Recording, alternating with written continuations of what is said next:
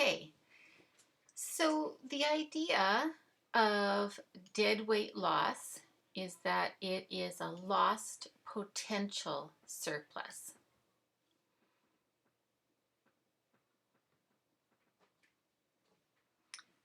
So in the diagram here, we have the equilibrium, but then the quantity is not at Q star. Instead, the quantity is over here. So we're not at the equilibrium. And because we're not at the equilibrium, we have two different prices. So this price here would be called the demand price or the consumer price. So put PC, consumer price. And then this price here would be the producer price or the supply price. So P, and I'll put P for producer. Okay, now this is not efficient, this quantity, because we would be losing out on the surplus over here. Between Q and Q star, the marginal benefit is still greater than the marginal cost of production. And so there is a potential gain from trade for these units between Q and Q star. But we're not getting those units. Consumers don't get the units, producers don't get to sell the units. So people are not getting that surplus. Okay, so this part here would be the dead weight loss, this whole triangle here.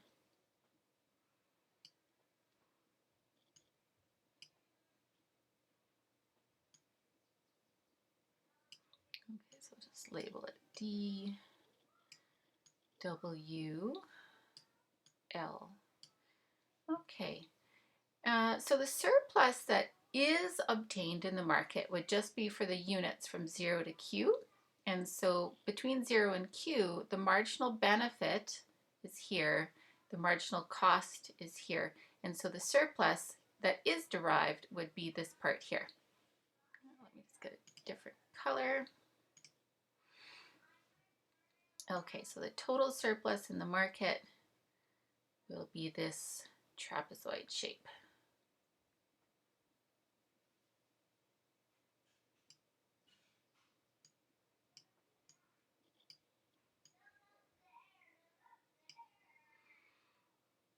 Okay, now there are different reasons why this can happen in a market. Down below, we'll look at two examples where the price is set by the government. Now, this is a type of policy that we'll talk more about in Chapter 5. Okay. All right, so first, on the left, where the price is too high, at this price, it results in not an equilibrium. This here would be the quantity demanded. And this will be the quantity supplied. And so that will be a surplus that results in the market.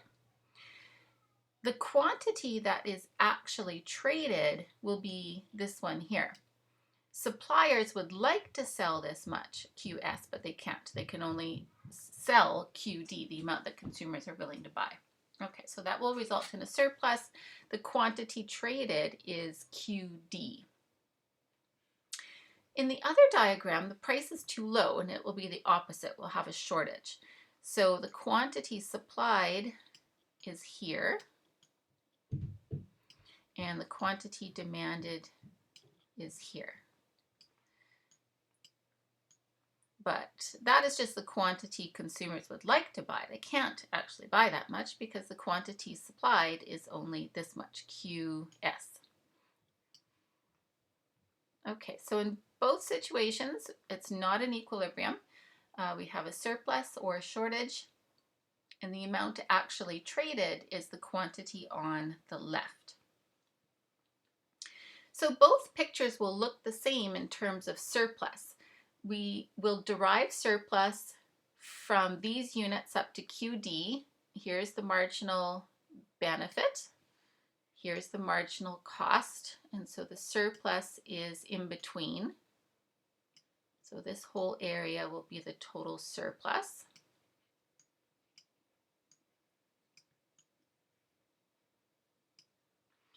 And over here is exactly the same. So we get the marginal benefit from up to QS units, and here's the marginal cost for those units, and then the total surplus is the area in between.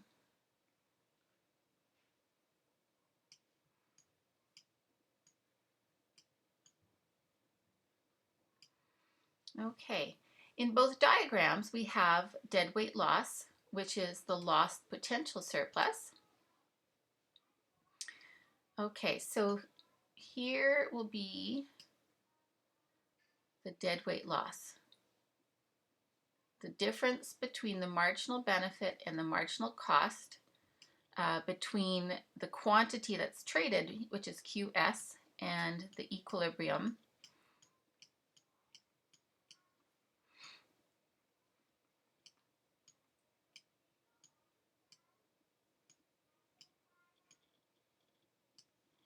Okay, so here we will have deadweight loss. This is potential surplus that we are not getting.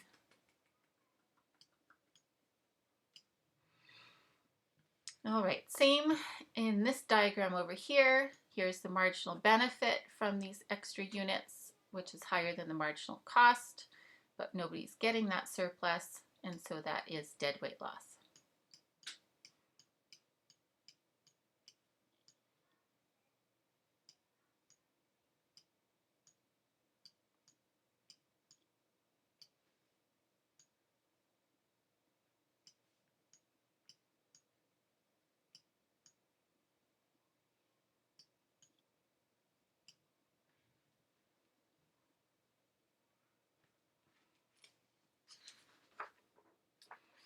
Okay, on the next page we'll do a couple calculation examples. So we're starting with this example, which is just a calculation example. So we have a demand curve and a supply curve. First, find the equilibrium and also the total surplus. Okay, so we'll start by graphing it.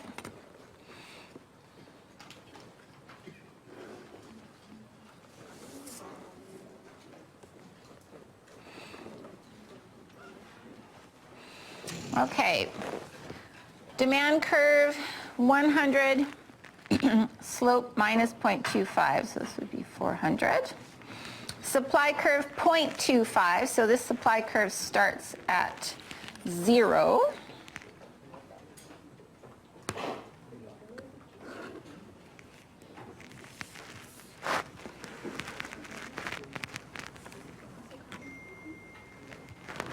Okay, and we'll calculate the equilibrium.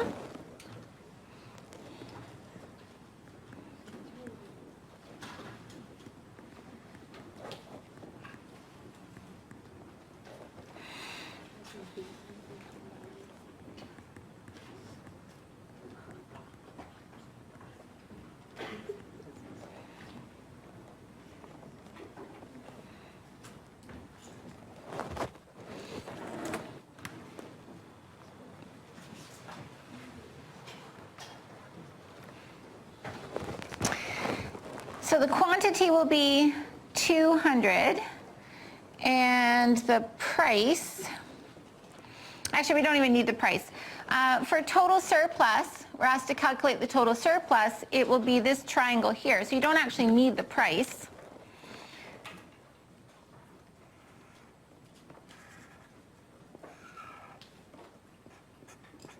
Because we're only calculating total surplus.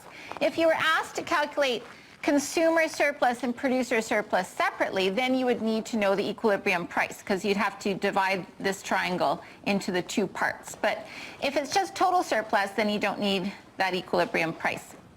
Okay, so the total surplus triangle, so height $100, width 200.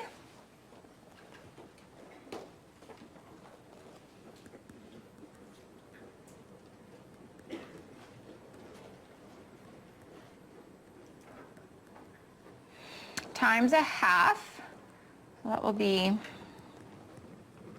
$10,000.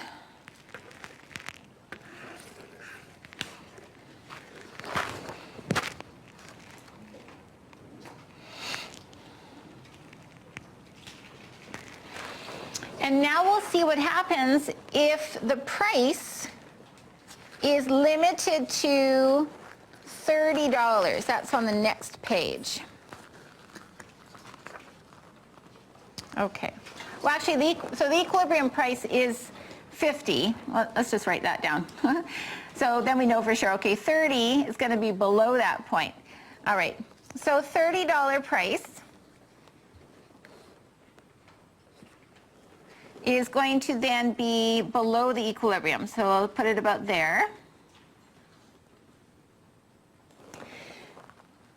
Now, let's go back to the graph, the last graph from last class, just to see what the picture should look like. So this is a price that's too low. So our picture is going to look like this one here. We have this low price. It creates a shortage because consumers would like to buy this much, but the sellers are only willing to produce and sell this much. So we don't need to worry about that quantity because they won't be able to buy that quantity. So instead what we need is this number here. We need to know at this price, what is the quantity for sale? And then after we've calculated the quantity for sale, in order to calculate this new total surplus and the deadweight loss, we would also need to know this number here. So this would be called the demand price. So we have this number. First, we need to calculate QS. So we use the supply function to calculate QS. Once we have the quantity here, then we can use the demand function to calculate that demand price, and then we can calculate the areas. All right.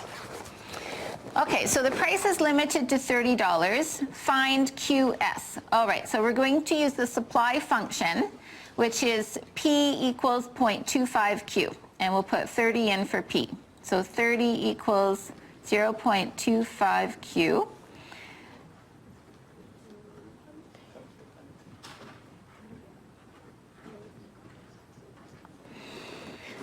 And that'll be 120. Okay, so now we can add that to the diagram.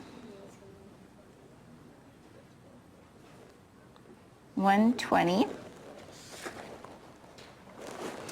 And then, in order to calculate the surplus areas and deadweight loss, we will need to know this number here. So that this is called the demand price. So using the demand function with the quantity 120.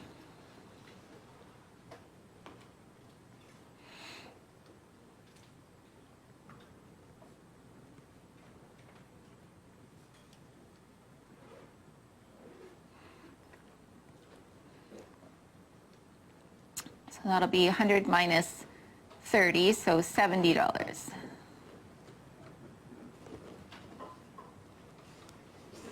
Okay, and then we can calculate the two areas. So we'll have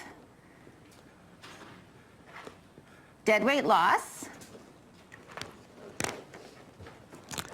and total surplus here.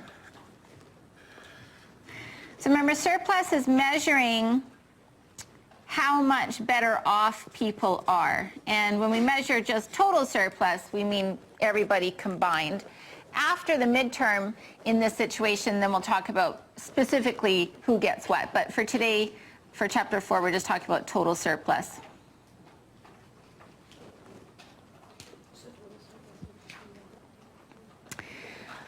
Okay, so the deadweight loss and the new total surplus. All right, so let's do deadweight loss first. Area of a triangle. So the height is 40, right? 70 minus 30. And then the width of the triangle is 80, right? 200 minus 120. And times a half.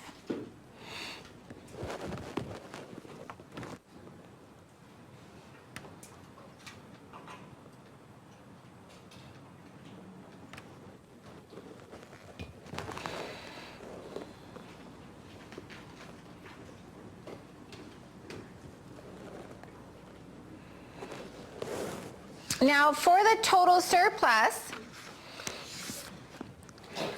You can calculate it two ways. You can either take your answer from the previous page, $10,000 minus this. You can do it that way. Or you can use the formula for a trapezoid. So this is a trapezoid shape where you have a height and a height, so two parallel lines. So $100 for the first height, second height 40, and then times the width times a half. Either way, I'll do it that way using the trapezoid formula. Okay, so total surplus. Okay, so two heights. So height one is $100 plus the other height, which is 40.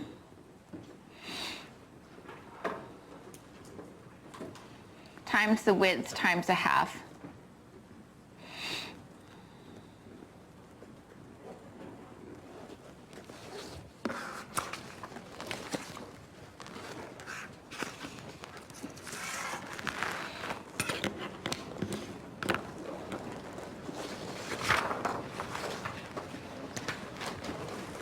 All right, any questions? Okay. So the last part of the chapter is about taxes, which we all pay every day. Okay, taxes. What do taxes do? They make things more expensive. When things are more expensive, we buy less of it.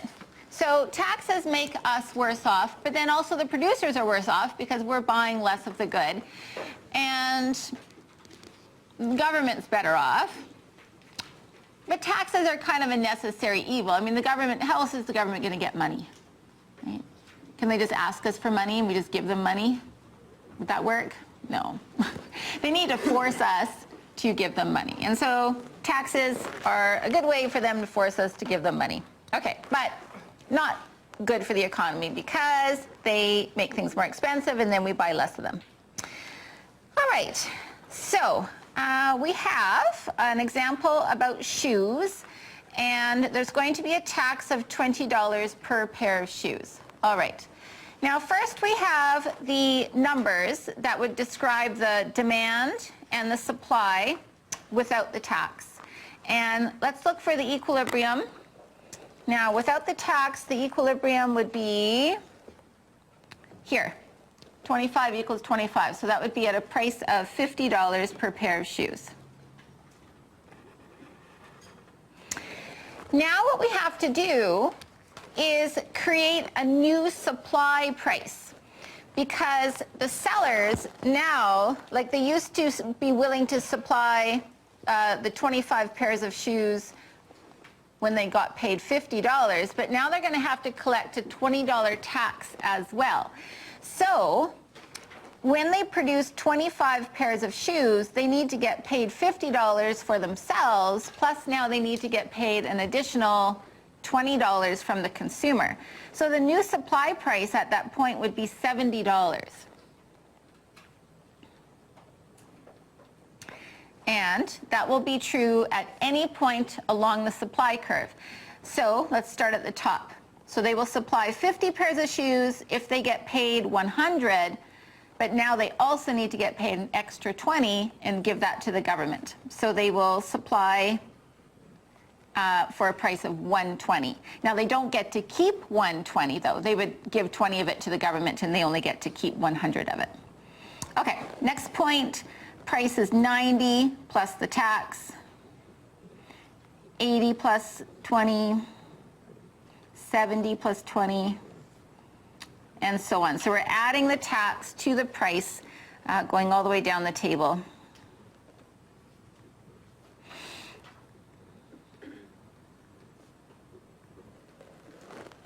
Okay, so now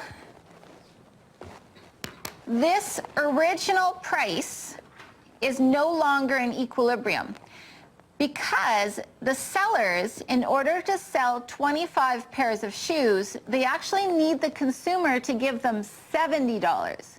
They don't get to keep 70, they will send 20 to the government and then the seller gets to keep the $50 that covers their cost of production. But if the consumers are going to pay $70 for a pair of shoes, how many pairs of shoes would they buy?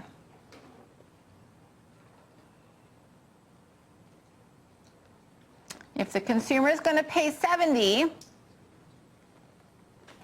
they're only going to buy 15 pairs of shoes. So this is not going to be an equilibrium anymore then. It's not going to work out. So what we have to do is find the new equilibrium. And on a table, it's a little bit tricky because it's not going to line up nicely like the original one does. What we have to do is we have to compare the price that the consumers are willing to pay and the quantity that they will buy, which will be these two columns, with the new supply price and the quantity supplied, and see where it will match up. Okay, so first we have to find a price that matches, which is there. Okay, so $100. Do the quantities match? No, 40 and 0. Okay, next price, 90. Do the quantities match? Nope, 5 and 35.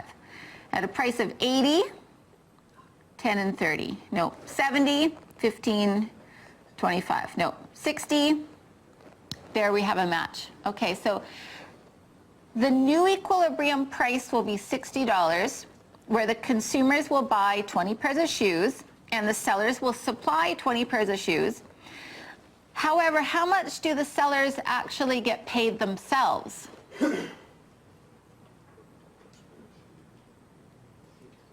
So the consumer will pay 60, but how much will the seller get for themselves? Only 40, that's right. So the consumer will pay 60, the seller will take the $60, give 20 to the government, and they get to keep 40, which you can see on the table here is right here. So 40 is still their supply, it's still their marginal cost, it's still their supply price, right? It's the price they need to get paid themselves before they're willing to supply those shoes. Okay, so let's highlight that. New equilibrium, 60-20, 60-20. Okay, now on the graph, what this will be is a new line, and what it will be is a line that shows the quantity supplied at these new prices that include the tax. And the quantity supplied with the original price is this line, and then the quantity supplied with the new price is going to be just simply $20 higher, because at each point along here, like for each quantity, we've just added $20 to the price. Okay, so that means we can draw another line here that's just parallel, but $20 higher. So this one starts at 0, so the new line will start at 20, and then we can draw it, it will be parallel, just $20 higher.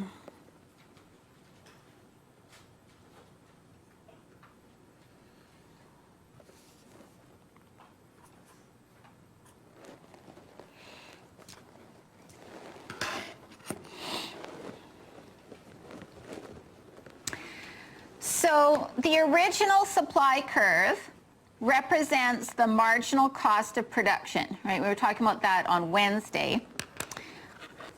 This one is simply that marginal cost plus the tax. So it's not a shift of the supply curve. It's not the same as a shift. This is still the supply curve. This is just the supply price plus tax. Okay, so we've got two lines. So it's not the same as a shift, because a shift you have a before line and after line, whereas now we have a without tax and a with tax line. Okay, now the equilibrium we can see here at $60. Now the $60 is the price that consumers will pay. So here I'll put PC, so that's the price the consumers will pay. And the quantity is 20. So we'll call that QT.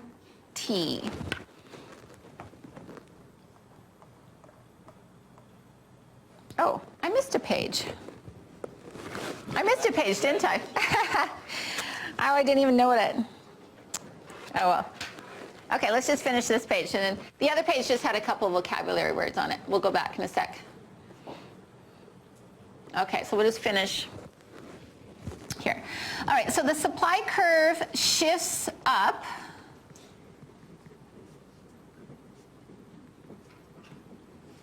by the amount of the tax.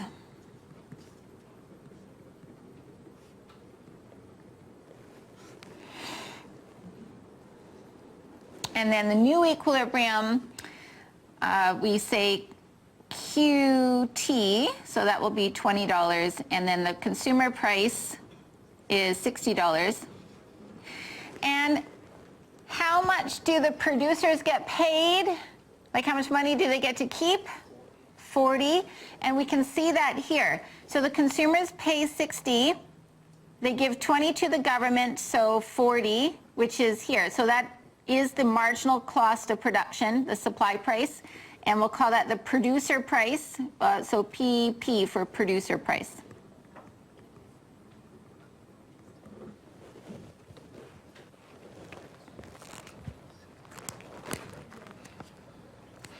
So what you can see is that the tax makes both consumers and producers worse off. The price used to be 50, so for consumers, they now pay more, and they get less. They used to get 25 pairs of shoes, now they only get 20 pairs of shoes because it's more expensive. But then the sellers are worse off because they sell less, and they get paid less. They get paid less. So both consumers and producers are worse off. Who gets the $20 here? The government, that's right. So this money here, but the difference between what the consumers pay and what the producers get to keep for themselves, that part will go to the government. Okay. Let's just go back to the other page. The other page just had, oops, what's going on? Two vocabulary words for the two different types of taxes here. So there can be what's called an excise tax or a sales tax.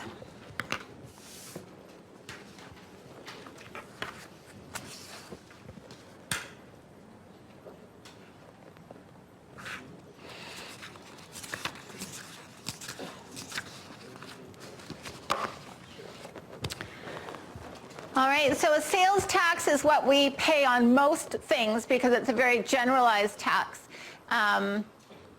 Whereas an excise tax is more specific. So gas taxes, liquor taxes, cigarette taxes, those are more specific.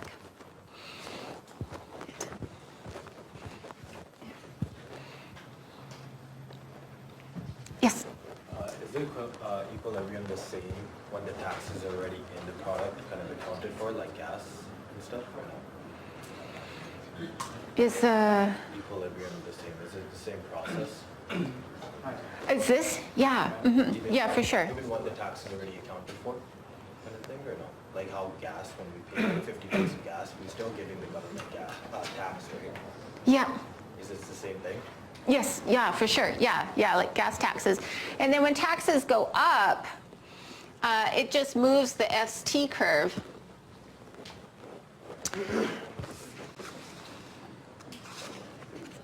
Oops.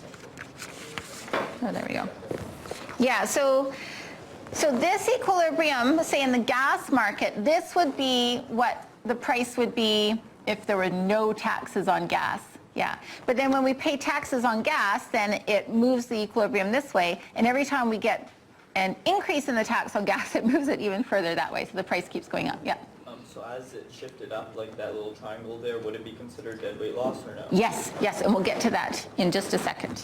Yeah, so there's going to be deadweight loss, yeah, because it prevents people from consuming and producing more, yeah.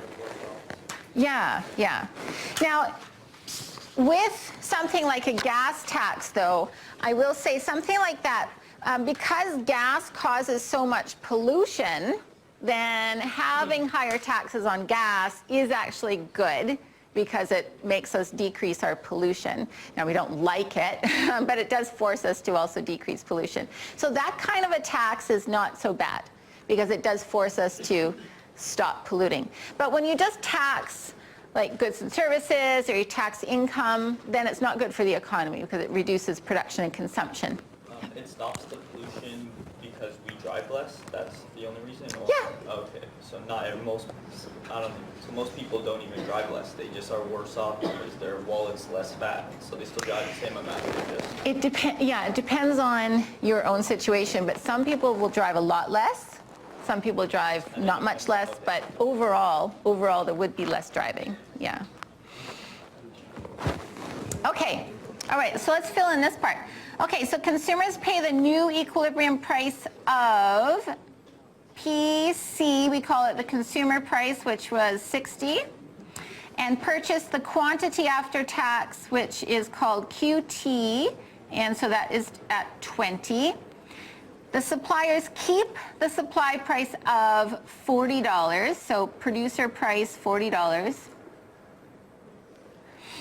And the government keeps the difference, which is the tax, so they get to keep $20 per unit, that's per unit. And then in this example, the number of units is 20, right? So government gets $20 per pair of shoes, and there's 20 pairs of shoes. So total tax revenue, $20 times 20 pairs of shoes.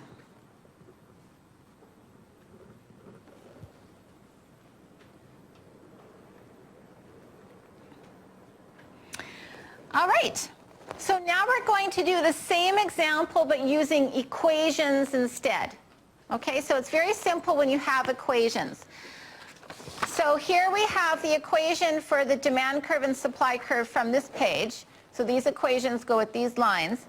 And when you have an equation, it's very simple to figure out what this one will be, because all we did is add the tax. So if you have the equation for this line, you can just add $20 to it, and then you'll get a new function that is $20 higher with the same slope. Okay, so the tax is added to the supply price. So here's the function for that supply curve, P equals 2Q. So what we're solving for is what's the function for the ST line. So we want to take P equals 2Q plus the $20 tax.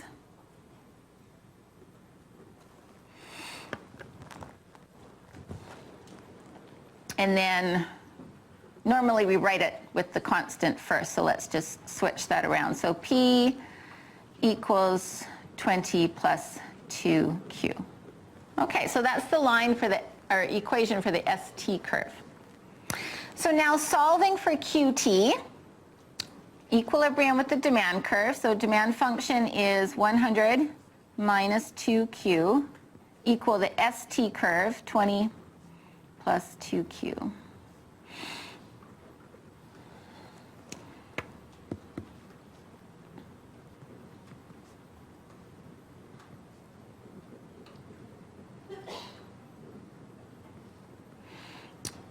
So 80 divided by 4, which is 20. It's the same example. We're going through the same example. We're just using equations instead.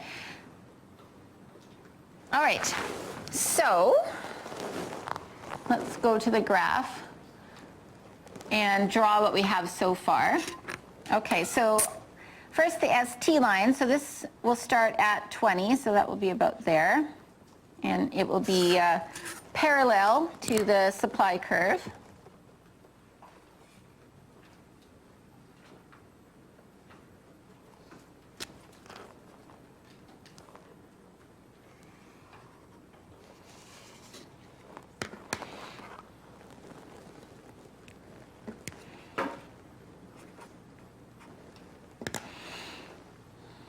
All right, so this one, the function is P equals 2Q, and then this one, the function is P equals 20 plus 2Q.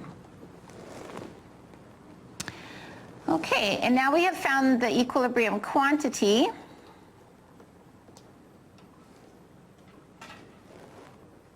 So that's the first thing, the first two steps when you have this sort of a problem. First, you figure out what's the equation for the ST line, then you can solve for the new equilibrium quantity. But because it's not a market equilibrium, we have the two prices to solve for. We have the demand price that consumers pay. So at 20 units, consumers, going from the demand curve, are paying this price here. So PC, consumers will pay that price. And then the sellers get a different price because they get this from the consumer, they have to give the tax to the government, whatever's left for them is their supply price or producer price, which will be this here. So this price minus the tax which is the difference between those two supply curves. Okay, so then the next part of the problem is to find those two prices. So solve for the demand price first. It's usually good to solve for the demand price first because then the producer price is just going to be this PC minus the tax. Okay, so let's solve for the consumer price first. All right, so PC, and then the function is 100 minus 2Q, and the QT is 20, so we'll put in 20. Okay, so that is 60. So again, I know it's the same numbers. I'm just wanting to show you how to use equations to get them. Okay, and then the producer price is, you can just take the consumer price minus the tax, which would be $60 minus the $20 tax. Or you can use the supply curve, which like the original supply curve here without the tax, which is 2Q, and then just put in 20. And of course, either way you get $40 for the producer price. So there's two ways to do it.